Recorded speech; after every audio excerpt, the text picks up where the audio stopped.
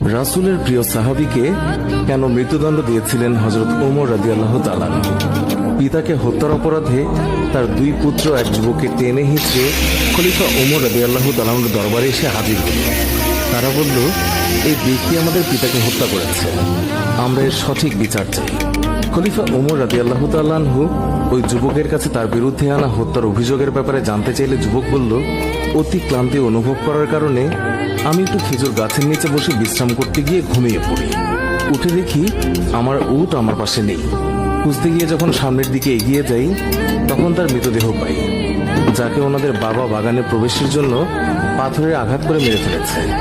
এই বিষয়ে যখন আমি তার সাথে কথা বলতে যাই, তখন অনেক কথা কাটাকাটি হয়েছিল এবং বাকবিতণ্ডার এক পর্যায়ে আমি তাকে পাথর দিয়ে আঘাত করে ফেলি, যার ফলে তিনি মারা যান, যা ছিল সম্পূর্ণ অনাকাঙ্ক্ষিত একটি ঘটনা।